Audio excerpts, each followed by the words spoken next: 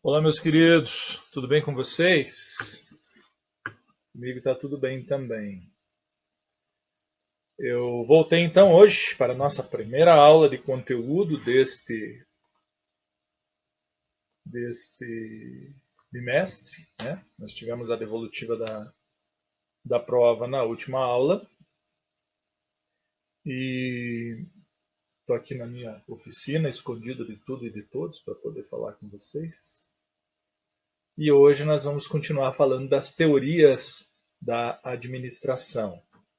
Então, só para relembrar, no primeiro bimestre, nós falamos dos princípios básicos da administração, né, do que são as atividades administrativas, como elas devem ser exercidas, né, o planejamento, a organização, a direção, a liderança e o controle, como elas devem ser exercidas com eficiência e eficácia. Nós é, é, aprendemos como é uma organização, como ela se divide, como ela se fragmenta em funções. E nós começamos a entrar nas teorias que deram origem ao pensamento científico atual da administração, a saber, as teorias do período clássico. Até o final do primeiro bimestre, nós vimos a teoria científica de Frederick Winslow Taylor e o seu foco nas tarefas, né, nas atividades de chão de fábrica. Isso já foi batido em outros vídeos, em outras aulas. Lembrando vocês, todas as nossas aulas estão lá no YouTube. Eu vou começar a passar as aulas para vocês no YouTube. Se inscrevam no canal, né, assistam as aulas lá. A teoria clássica, que é a teoria de Henri Fayol, que tinha foco na estrutura e estruturou a empresa em departamentos, em áreas funcionais, além de estabelecer os princípios do processo administrativo, o planejamento, a organização, a coordenação, o comando e o controle. E nós, por último, demos uma pincelada na teoria da burocracia, né? Que é a teoria que fala sobre, que tem como foco as regras. Então, só rapidamente, fechando assim, nós temos teoria científica, Frederick Winslow Taylor, foco nas tarefas. Né? Mnemônico, estilo estudar para cursinho ou para vestibular. Teoria clássica, Henri Fayol, francês, com foco na estrutura da empresa. Teoria da burocracia, o principal nome foi Max Weber, com foco nas regras. E vocês viram que nós pulamos uma teoria aqui. Né? Nós saltamos por cima de uma teoria aqui. Então, eu só pus essa tela inicial aqui para mostrar para vocês qual que é o plano de ensino desse próximo bimestre que se inicia agora. Nós ainda vamos saltar para as teorias do período contemporâneo, como as pós-sistêmicas, né? Que são as teorias estruturalista, comportamental, teoria geral de sistemas, contingencial e teoria do desenvolvimento organizacional. Mas antes de saltar para esses temas aqui, nós vamos finalizar o período clássico, das quais nós já vimos a científica, a clássica e a burocracia, e hoje nós vamos falar da teoria das relações humanas, que é uma teoria bastante importante desse período. Em outras palavras, o que acontecia nesse período, gente? Taylor dizia, não, o negócio é o chão de fábrica, o negócio é a racionalização de trabalho no nível das tarefas. Fayol dizia, não, precisamos estruturar a empresa em funções, precisamos subdividir essa empresa em áreas funcionais e precisamos estabelecer um processo administrativo, tornando assim a administração uma tarefa única, profissional, que deve ser exercida como tal, né, o trabalho do administrador. E a teoria da burocracia diz que tudo precisa ser formalizado, né? Tudo precisa ser transformado em normas e regras. Qual deles estava certo? Qual desses teóricos do período clássico da administração estava errado? Ora, tem alguns vídeos lá no Classroom que mostram que Taylor está certo até hoje. A racionalização do trabalho no nível operacional é fundamental para o desenvolvimento correto das atividades e das tarefas no nível operacional, na base da pirâmide. Eu passei o primeiro bimestre inteiro falando para vocês que o Fayol é o cara que estruturou a administração mais ou menos como ela é vista hoje. Né? Quer dizer, eu falei dos princípios da administração e depois nós encontramos com a fundação deles lá na teoria clássica de Henri Fayol. Então ele também está certo. Eu falei para vocês que a teoria da burocracia tem a sua função de preservar os processos, de criar normas para que esses processos sejam executados independente das pessoas que estejam ao encargo deles, né? E que a disfunção da burocracia é o fato das pessoas se apegarem, às vezes, excessivamente às regras. Isso também está certo.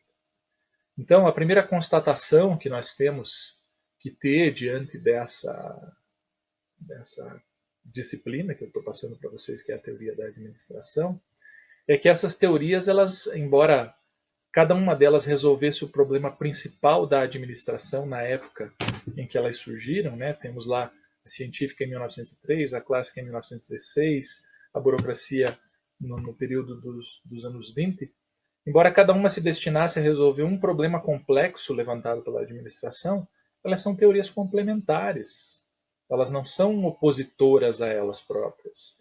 Elas se complementam entre si. A administração amadurecia à medida que ela desenvolvia novas teorias sobre como administrar. E à medida que a administração se afastava daquela administração do engenheiro, que é pautada na teoria científica de Taylor, né? Que é a administração que surgiu no pós-revolução industrial, que eu já falei para vocês, que gerou tantas críticas lá no filme Tempos Modernos, né? E as principais críticas que surgiram principalmente à teoria científica e à teoria clássica era o mecanicismo. A empresa ser vista como uma máquina e não como um organismo composto de pessoas. A teoria científica, a teoria clássica tinha uma visão mecanicista, né? Também exposta naquele filme que eu passei para vocês, o Tempos Modernos.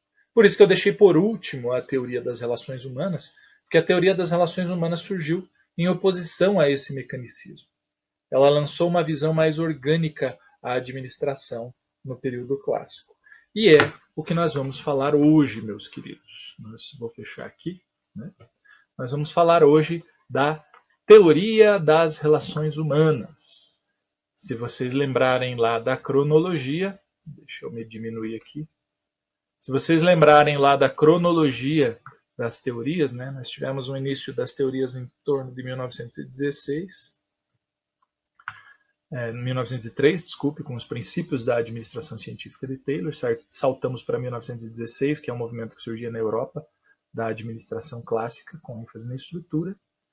E aí, nós caímos aí numa realidade pós-anos 20, que é a teoria das relações humanas. Deixa eu ver como é que eu faço para funcionar esse negócio aqui. Aqui. Teoria das relações humanas. Percebam que as teorias anteriores, todas elas tinham um grande nome, né, um grande representante que as representava. Não é diferente com a teoria das relações humanas.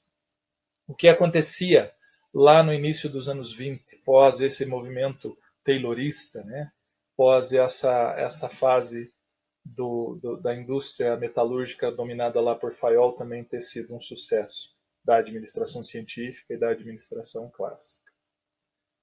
O mundo começava a mudar. Havia a necessidade de se humanizar e democratizar a administração, que era muito mecanicista. Por isso que vocês assistiram aquele filme do Chaplin como trabalho final no primeiro bimestre, para vocês enxergarem como os operários eram tratados de forma mecânica.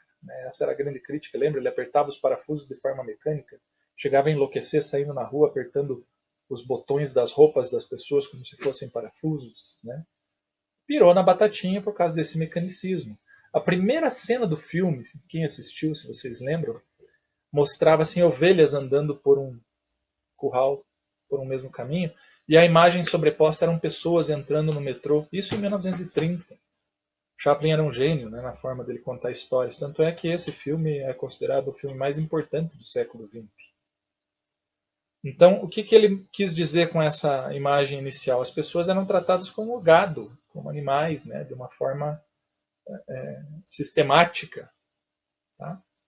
Então, existia nessa época a necessidade de se humanizar e democratizar a administração. É lógico que hoje nós temos essa visão mais humana.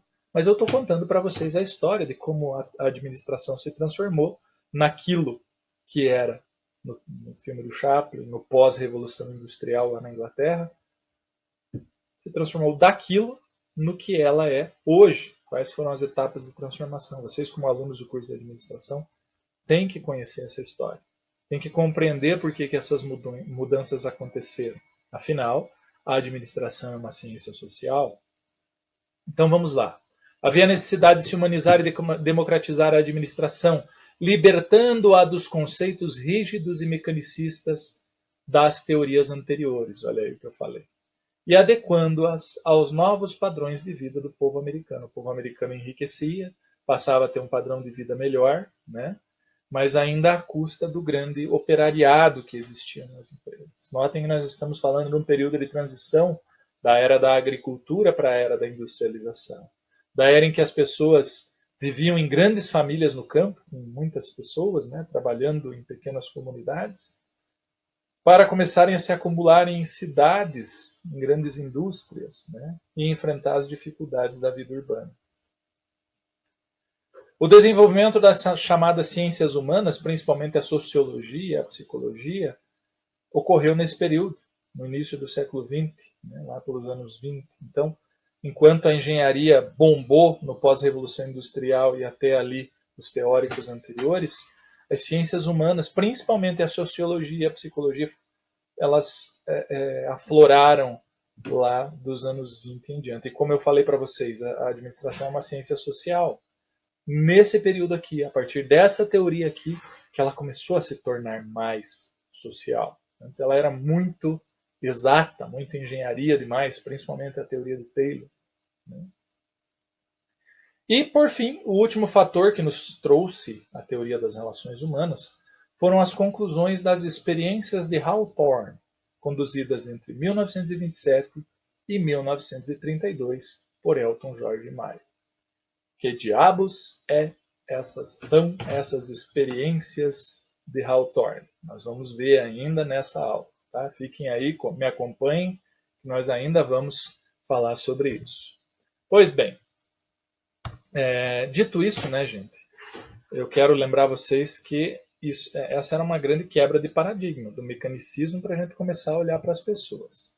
As experiências ou os estudos de Hawthorne foram experimentos científicos conduzidos numa empresa chamada Western Electric Company, que funcionava no bairro de Hawthorne, na cidade de Chicago, nos Estados Unidos. Tá? Eram experiências que foram desenvolvidas e pautadas nos princípios da administração científica lá de Taylor, que Taylor dizia o quê? Estudo de tempos e movimentos, método científico para desenvolver uma tarefa, o ambiente afeta a produtividade, o ambiente físico, né, iluminação, ergonomia, calor, temperatura, né, enfim, o ambiente físico afetava a produtividade das pessoas. Embora nós concordemos que isso é verdade, né, nós sabemos, mas hoje nós já sabemos que não é só isso que afeta, naquela época era assim que se pensava.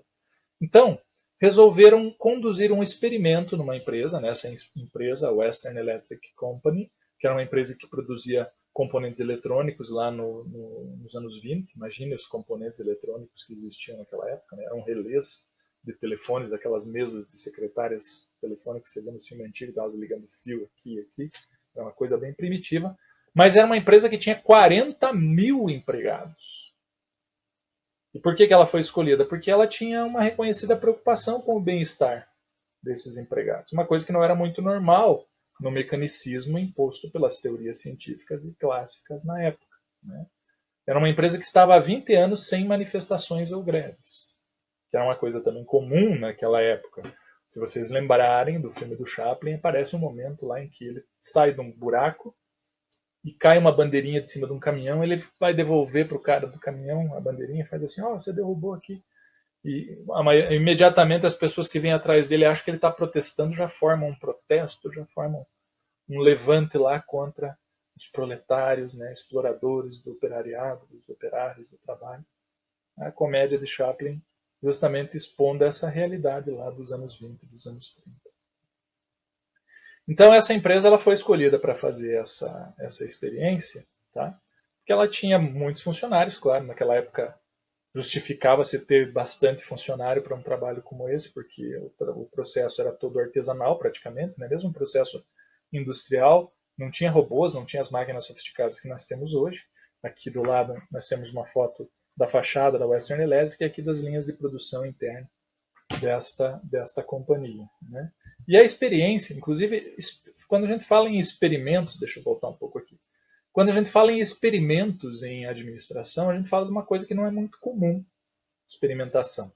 Normalmente o nosso tipo de pesquisa, ela não envolve experimento, né? Ela tem um tipo de investigação diferente. Você faz experimento em curso de agronomia, onde se faz lá uma experimentação de plantar um determinado vegetal com determinada composição, adubação, defensiva, etc., e vê o resultado e anota. Né? Nas outras ciências é comum se efetuar experimentos. Em administração, a gente não efetua experimentos porque a interferência seria muito grande, eu acho, nas empresas que estariam sendo, no caso, experimentadas. Mas foi o que eles fizeram. O único experimento que eu conheço, né, registrado na ciência administrativa, é esse, os estudos de Hawthorne na Western Electric, que acabou virando um experimento tão importante, tão referência, que nós estudamos ele até hoje, né? Dando origem, inclusive, à teoria das relações humanas. Então, no que consistia esse bendito experimento? Tá? Um comitê composto por 3 membros desta empresa, da Western Electric. Deixa eu ver se dá para diminuir mais minha carinha aqui. Não dá mais do que isso. Tem um erro aqui, gente. 4 representantes da Escola de Administração de Harvard. Então, tinha cientistas e tinha pessoas da empresa que buscavam comprovar aqueles princípios que foram sugeridos por Taylor, da administração científica. Que o ambiente físico influenciava na produtividade. Então, assim, patrocinados por uma empresa chamada GE, General Electric, fundada por Thomas Edison, que até hoje está nativa, hoje é uma empresa que trabalha com Big Data, com dados informacionais, internet e tudo mais, mas Thomas Edison fundou a GE a partir da invenção da lâmpada, para vocês terem uma ideia, né? General Electric. Então a General Electric ela queria vender lâmpada naquela época, era isso que ela queria. Então ela patrocinou essa experiência, por quê? Porque a experiência consistia em determinar uma relação entre o ambiente físico e a produtividade dos funcionários. Trocando em miúdos, o que eles fizeram? Eles pegaram um grupo, prestem atenção, vou até aumentar aqui a minha cara para vocês prestarem atenção que eu vou explicar do meu jeito agora o que são as experiências de Hawthorne. Eles pegaram um grupo entre aqueles 40 mil funcionários dessa empresa, da Western Electric, e formaram uma linha de produção à parte, chamado grupo experimental. Esse grupo experimental seria observado, a sua produtividade, separadamente da produtividade da fábrica como um todo. E nesse grupo experimental, eles iam fazer alterações no ambiente físico de trabalho para ver como isso afetava a produtividade deles. As alterações iniciais consistiam em mudar a iluminação. Daí o patrocínio da General Electric, que queria vender lâmpadas. Se ficasse comprovado que ambientes mais iluminados nas fábricas resultariam em maior produtividade dos operários, a General Electric ia se dar bem com essa história, porque ia vender mais lâmpada para as fábricas da época.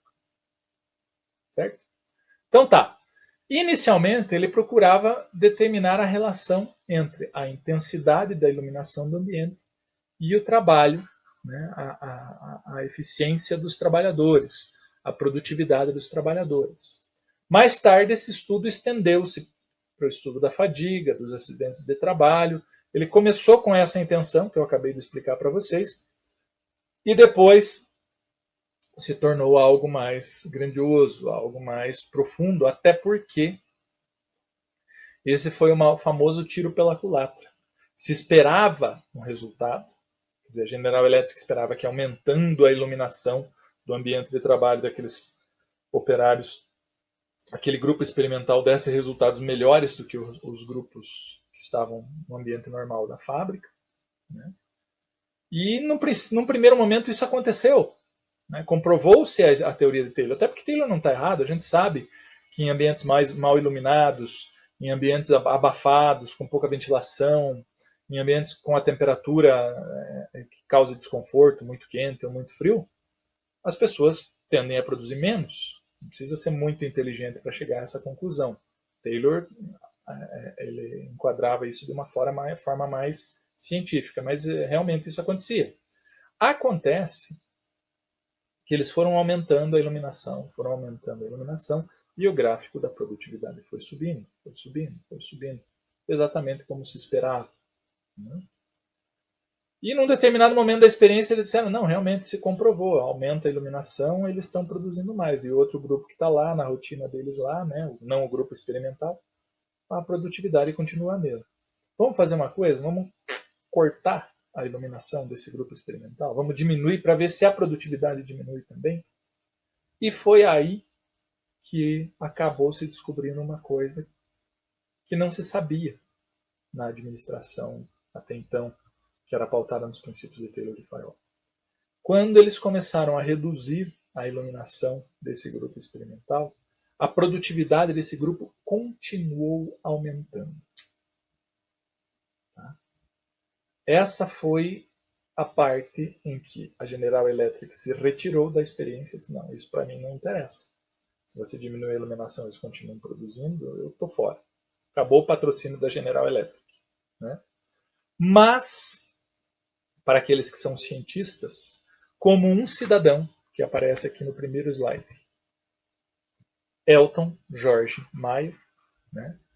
Médico, psicólogo, psiquiatra, médico psiquiatra, na época, agora não estou bem lembrado disso, mas eu lembro que ele era da área de saúde e era estudante de administração, era do povo lá de Harvard. Para pessoas como esse senhor, o Elton Maio, isso era bastante interessante e aí sim tinha-se algo interessante para se estudar. Por que as pessoas continuaram a produzir mesmo depois das condições físicas deterioradas, diminuídas? Né? Qual era o motivo disso? E foi aí que as experiências de Hawthorne começaram a ficar interessantes. Tá? Começaram a ficar interessantes. E tiveram aí várias fases após isso, várias conclusões, que eu vou falar aqui para vocês.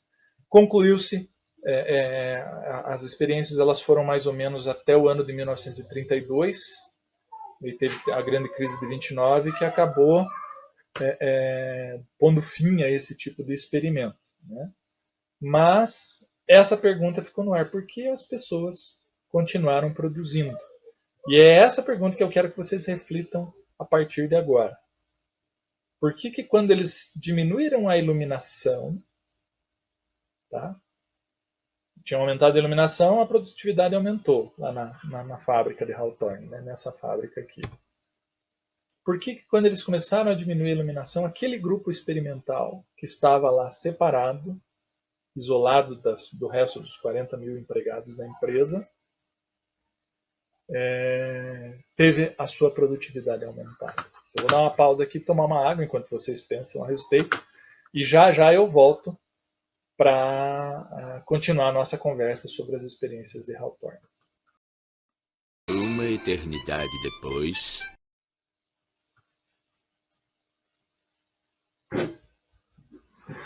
E aí?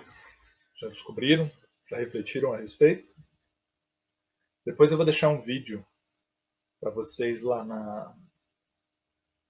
no Classroom que faz uma retrospectiva, é um vídeo antigo, mas que faz uma retrospectiva sobre essas teorias da administração e traz alguma coisa sobre essa experiência.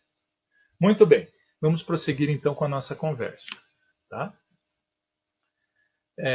As primeiras conclusões dessas experiências que levaram a administração a se voltar para as pessoas, a ter foco nas pessoas, vieram da constatação de que a produtividade não era apenas afetada pelo ambiente físico no qual as pessoas se encontravam, mas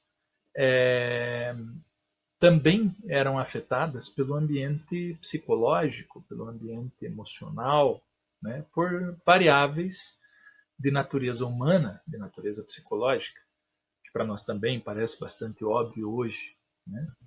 Então vamos aqui dar mais uma olhada nas experiências de Hawthorne.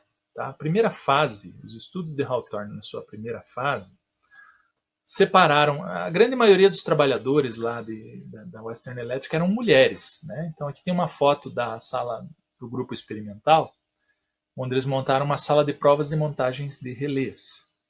Então eles alteravam as condições físicas, como temperatura, como umidade, tempo de sono dos funcionários e alimentação. O que se concluiu sobre isso? Que as moças gostavam de trabalhar nesse grupo experimental, porque como o grupo experimental precisava ser avaliado, o resultado deles, né? Lá no resto da fábrica, no resto dos 40 mil funcionários, valia a produtividade. Então você tinha os supervisores pegando no pé, você tinha o pessoal lá pegando no pé das pessoas para que elas produzissem. Como esse grupo experimental era um grupo não interferir muito para ver que resultado ele dava com aquele negócio da alimentação e tal, a supervisão não pegava muito no pé deles. Era mais branda, né?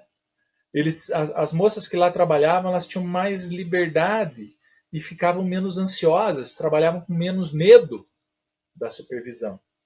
E olha só, mesmo quando diminuíram a iluminação, quando as condições físicas diminuíram, elas continuaram a produzir mais, porque elas estavam se sentindo especiais, porque elas estavam se sentindo privilegiadas em relação às outras pessoas, porque elas estavam recebendo uma atenção diferenciada e menos cobrança. Primeiro ponto. Isso chamou a atenção de Elton Maio, desse pesquisador, e ele começou a desenvolver então essas pesquisas para outro rumo. Sai a General Electric, não era mais para vender lâmpada a um negócio, e agora nós vamos descobrir o que está acontecendo aqui e como isso afeta a produtividade. Havia então um ambiente amistoso e sem pressões, onde a conversa era permitida entre as pessoas. Lembra lá no filme do Chaplin? Nem conversar o cara não podia. O cara ia lá no banheiro acender um cigarrinho para fumar, escondido no intervalo dele. Aparecia no vidro do banheiro o chefe, volta a trabalhar! Né? As pessoas não podiam nem conversar. E nesse caso aqui criou-se uma situação em que não havia esse medo da supervisão. E adivinha só, passaram a produzir mais. Muito bem. Na fase 2 das experiências de Hawthorne, já com a interferência do Sr. Elton George Maio, eles resolveram desenvolver um programa de entrevistas. Vamos então agora descobrir o que passa na cabeça desse povo. Vamos trocar uma ideia com essas moças aí, para ver como elas se sentem em relação a esse experimento que foi feito.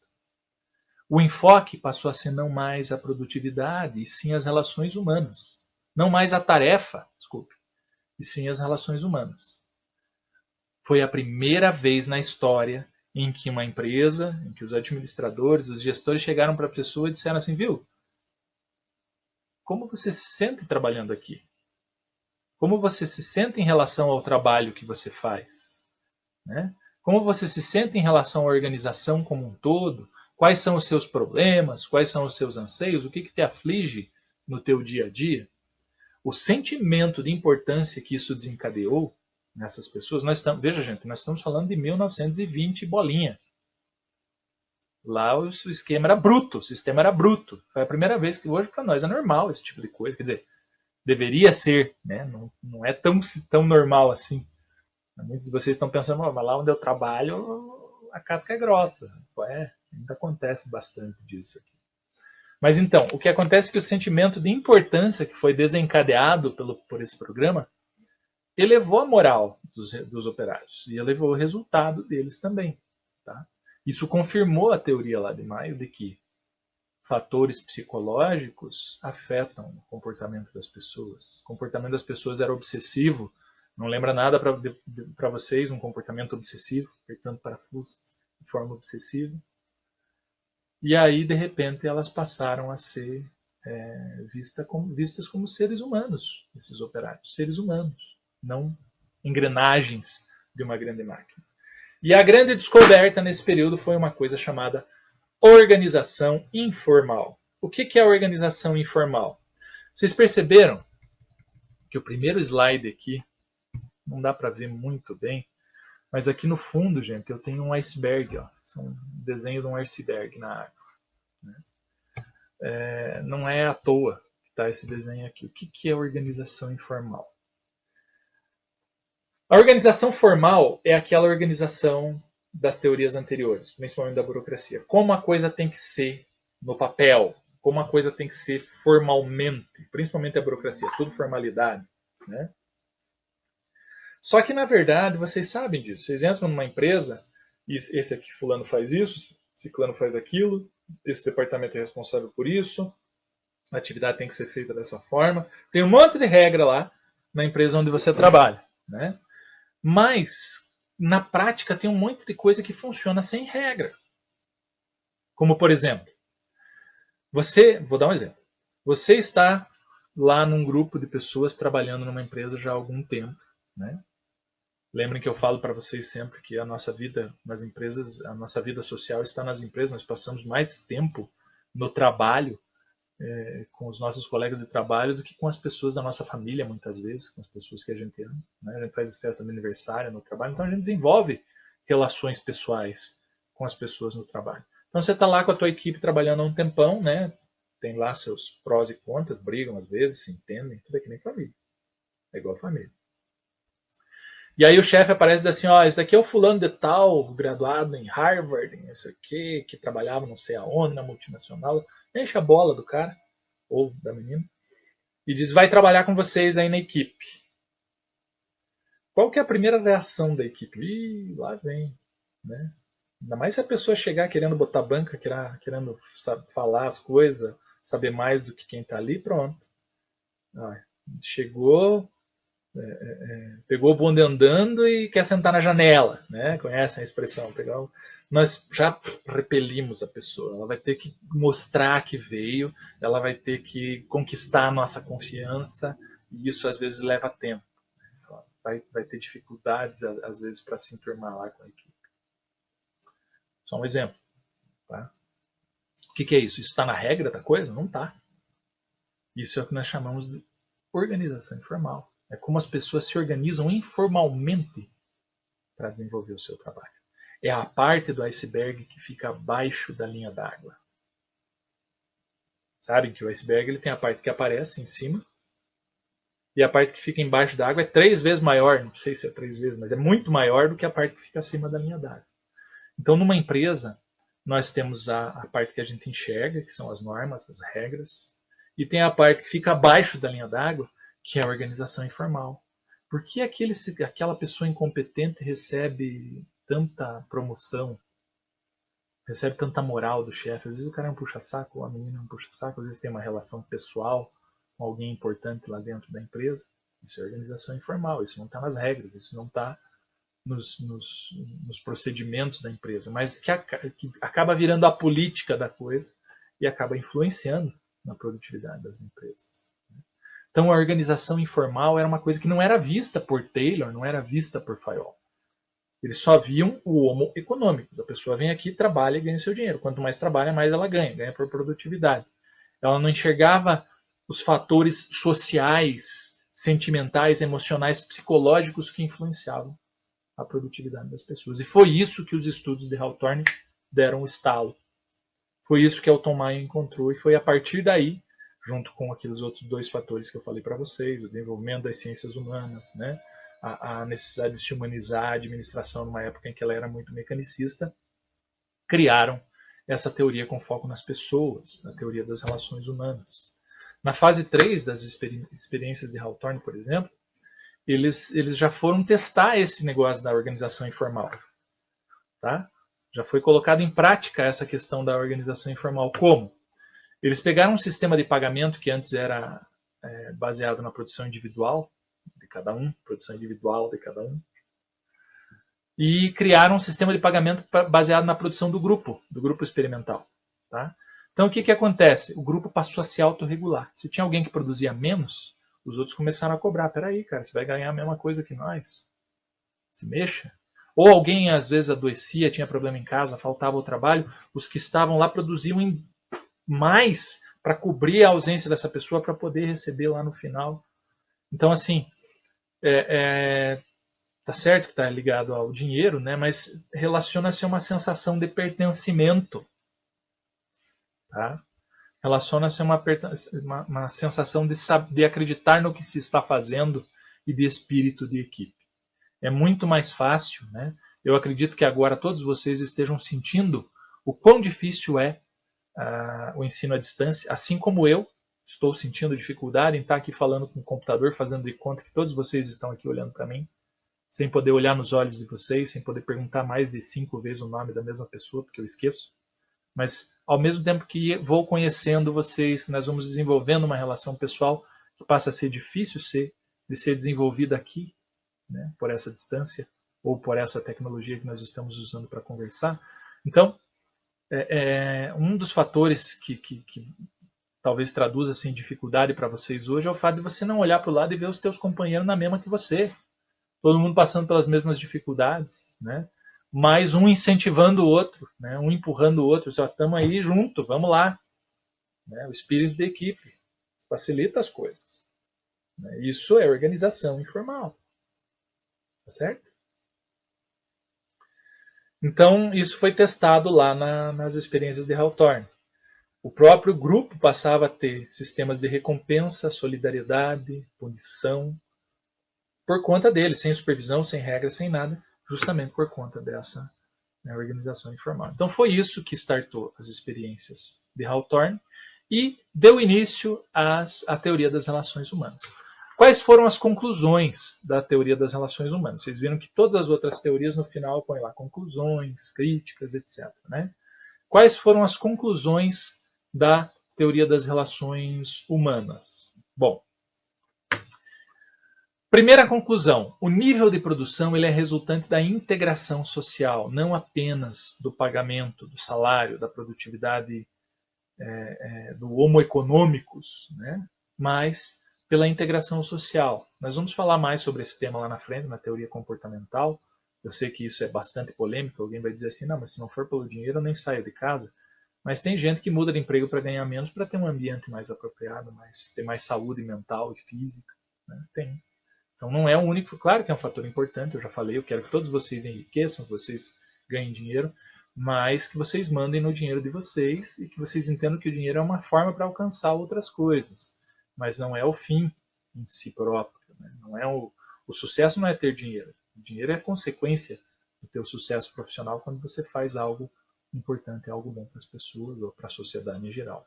Muito bem, então esse vídeo vai ficar enorme. O nível de produção é resultante da integração social e não da capacidade física ou fisiológica do empregado, que é o que dizia Taylor.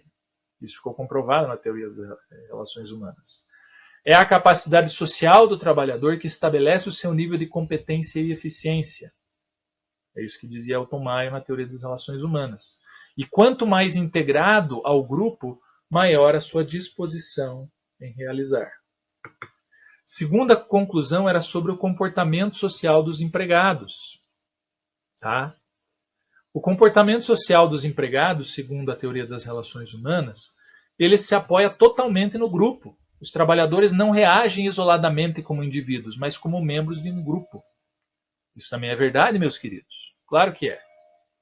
Você pode até não concordar com o teu coleguinha em sala de aula ali do lado, você pode até não ir com a cara dele, você pode até não gostar dele, mas se o professor passa um esculacho gratuito nele, às vezes sem ele merecer, você vai correr em defesa dele. Por quê? Porque é vocês tudo contra o professor. O nome disso é empatia. As pessoas reagem em grupo, sim. Tá? Grupo social, sim. Não reagem como indivíduos apenas, mas como membro de grupo. Essa também foi uma constatação da teoria das relações humanas. E por último, não tem mais, o último dessa tela. Grupos informais diversos formam a empresa. Eles definem as regras de comportamento, suas formas de recompensa, sanções, objetivos, escala de valores e crenças e expectativas. É a organização informal que eu já acabei de explicar para vocês aqui. Tá certo? Outras conclusões. As relações humanas são desenvolvidas pelos contatos entre pessoas e grupos. Cada indivíduo tem uma personalidade diferenciada que influencia no comportamento e atitude dos outros com quem mantém contato. Fato. A gente começa a trabalhar com algumas pessoas no nosso ambiente de trabalho e depois de um tempo, de muito tempo convivendo junto, a gente começa a pegar o jeitão dessas pessoas, né? Até do jeito de falar e vice-versa, eles de nós também. Não é isso? Isso é importante, isso precisa ser observado. Então, não é que Taylor tivesse errado, que Fayol tivesse errado, mas esse acréscimo da teoria das relações humanas de enxergar os indivíduos como a organização, a empresa como um organismo e não como uma máquina, foi bastante importante. Aí fala aqui da importância do conteúdo do cargo. Eu acho que vocês estão me entendendo, né, gente? Ó, depois, terminada a aula lida, podem botar a pergunta que vocês quiserem nos comentários, no próprio Classroom, né? Tem o WhatsApp. Meios e formas de vocês me alcançar, e tem várias, tá? Pode, a gente não tem muita agora oportunidade para discussão. Acho que oportunamente depois eu vou fazer umas lives aí em que vocês podem entrar e nós podemos fazer debates aí sobre, que agora a teoria está entrando num campo mais psicológico, mais humano, né? E que cabem debates, cabem discussão. E acho que seria interessante a gente criar uma ocasião, talvez uma próxima aula, depois de vocês assistirem esse vídeo, para que a gente faça aí alguma discussão online, todos nós. Continuando, a importância do conteúdo de cargo, a maior especialização, a maior fragmentação do trabalho nem sempre é a forma mais eficiente desse, como dizia Taylor, como dizia Farol. E nesses grupos experimentais das experiências de Hawthorne, os trabalhadores trocavam de posição para variar a monotonia. Eles tinham liberdade para isso, mudar o posto de trabalho. Isso contrariava a política da empresa, contrariava, mas elevava a moral porque quebrava a rotina, né? Você começa a fazer um trabalho repetitivo sempre do mesmo jeito e tal, troca de lugar com a pessoa, deixa eu fazer teu trabalho aí, então baixa um pouco a produtividade, baixa, mas daí a moral continuava boa, né? E, por último, os elementos emocionais não planejados, até mesmo alguns irracionais do comportamento humano, passam a receber mais atenção dos gestores, dos administradores, que antes ninguém estava nem aí para isso. Lembra do filme Tempos Modernos? Os estudiosos da administração passaram a ver mais o homo socialis do que o homo econômicos. Tá certo? Então tá aí. Essa é a teoria das relações humanas. As conclusões, vocês acabaram de ouvir, tem também lá as suas críticas, né? A teoria clássica, então, ou científica, clássica e científica, tratava a organização como máquina. A teoria das relações humanas passa a tratar a organização como um grupo de pessoas. A teoria clássica enfatiza a tarefa e tecnologia. A teoria das relações humanas, as pessoas. A teoria clássica e científica, né, faltou aqui científica, inspirava-se em sistemas de engenharia, e a teoria das relações humanas em sistemas de psicologia. Nas teorias anteriores, a autoridade era centralizada. Hoje, na teoria das relações humanas, ela é delegada. Nas teorias anteriores, tínhamos linhas claras de autoridade formais, e agora nós temos mais autonomia para o empregado. Na teoria clássica, era valorizada a especialização e competência técnica, e na das relações humanas, a confiança e a abertura. Lembra que eu falei para vocês, meus queridos, que vocês vão fazer entrevista de emprego numa empresa, eles estão mais interessados nas suas habilidades humanas do que nas suas habilidades técnicas. Essa bagaça começou aí, lá em 1920, 1930, com a descoberta da organização informal e da teoria das relações humanas. Havia uma acentuada divisão do trabalho nas teorias mecanicistas anteriores, e agora há uma ênfase nas relações humanas entre as pessoas, trabalho em grupo. Antes a confiança era nas regras e no regulamento, e agora passa a ser nas pessoas. E, por fim, clara separação entre linha e staff, quer dizer, quem manda, quem obedece, né, a todo o sistema hierárquico da empresa. E agora, uma dinâmica grupal e interpessoal. Beleza, gente? Foi longo esse vídeo, mas é um assunto interessante. A gente começa a sair daquela administração e engenharia sistemática, né? E começa a entrar numa parte muito legal da administração, que é a relação entre as pessoas, a organização informal, a teoria das relações humanas, que foi a única teoria no período clássico que abordou as pessoas. Por que ela ainda pertence ao período clássico? Não é uma teoria mais moderna. Porque, embora ela abordasse as pessoas, ela era uma teoria que ainda tinha o foco não nas pessoas, era nas pessoas, mas ela ainda fazia isso com foco na produtividade. Isso é uma das críticas que ela recebia. Tá? E o principal, a empresa de Elton Mayo, da teoria das relações humanas, ainda era vista das portas para dentro. Ela ainda era uma administração praticada no ambiente interno da empresa. Não era uma administração que olhava para fora, para o ambiente externo, econômico, político, social, né? Concorrência, etc, etc, etc. Então, Isso é o que separa as teorias clássicas das teorias contemporâneas. Guardem isso. As teorias clássicas elas olhavam apenas para o funcionamento da empresa internamente. A gestão era executada internamente. As teorias contemporâneas são as pós-sistêmicas, quer dizer, a visão do sistema como um todo, a empresa vista como um sistema que interage com o ambiente social. Mas, se tem uma teoria lá que, lá no período clássico, começou a romper aquela caixa estanque onde a administração estava reduzido o ambiente interno da empresa, foi a teoria das relações humanas. Porque a partir do momento que a administração começou a olhar para pessoas, ela não pode mais se privar de olhar para o comportamento das pessoas em ambientes sociais, né? Seja ele dentro da empresa ou até mesmo fora da empresa. Mas foi um grande passo na forma de se entender, de se compreender a administração. Meus queridos, eu falei demais hoje. Agradeço realmente a atenção de vocês que vocês me deram até agora. Gostaram do vídeo? Deixem lá o like de vocês. Se inscrevam no canal, né, para receber as notificações aí dos próximos vídeos. Agora que eu estou transmitindo exclusivamente pelo YouTube, né? Eu estou gravando no Loom, mas não vou mais linkar vocês no Loom. Eu já expliquei isso no vídeo passado. Então, muito obrigado pela atenção de vocês e até o próximo vídeo.